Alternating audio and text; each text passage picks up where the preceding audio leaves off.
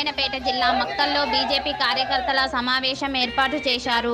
ఇట్టి కార్యక్రమానికి ముఖ్య అతిథిగా హాజరైన మహబూబ్నగర్ జిల్లా పార్లమెంట్ అభ్యర్థి డీకే అరుణ మాట్లాడుతూ కేసీఆర్ నీతి నిజాయితీ పార్టీ అంటూ చెబుతున్నారు. మరి ఏపీ జితేందర్ రెడ్డికి ఎందుకు ఎంపీ టికెట్ ఇవ్వకుండా వ్యాపారవేత్తకు ఎందుకు టికెట్ ఇచ్చాడో పాలమూరు ప్రజలు తెలుసుకోవాలని చెప్పారు. అలాగే తెలంగాణ రాష్ట్రంలో 16 ఎంపీ సీట్లు గెలిస్తే కేసీఆర్ ప్రధాని అవుతాడా?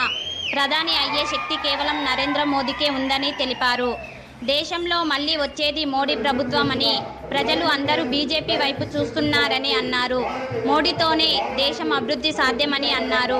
బీజేపీ పార్టీ గెలుపు కోసం ప్రతి ఒక్క కార్యకర్త పనిచేయాలన్నారు. మహబూబ్నగర్ పార్లమెంటులో బీజేపీ జెండా ఎగరవేయడం ఖాయమని ఆమె అన్నారు. చెప్తుంది కదా మళ్ళీ చెరువులు నింపినామని మరి ప్రపోజల్ ఆయకట్టులో చెరువులు ఉన్నాయంటే చెరువులు ప్రపోజల్ ఆయకట్టు కాదు.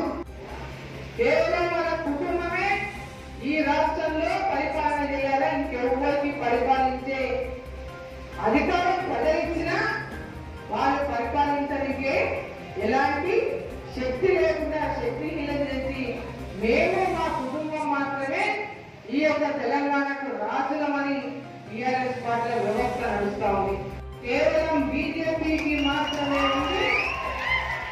అది నరేంద్ర మోడీ గారి నాయకత్వంలో ఈ దేశ ప్రజలంతా ఉన్న నరేంద్ర మోడీ గారిని ఈ దేశాన్ని రక్షించాలన్నా, ఈ దేశాన్ని భద్రత కల్పించాలన్నా, ఈ దేశంలో సమగ్రంగా అందరినీ కలుపుకొని ముందుకు పోవాలన్నా ఆ శక్తి కేవలం మోడీ గారు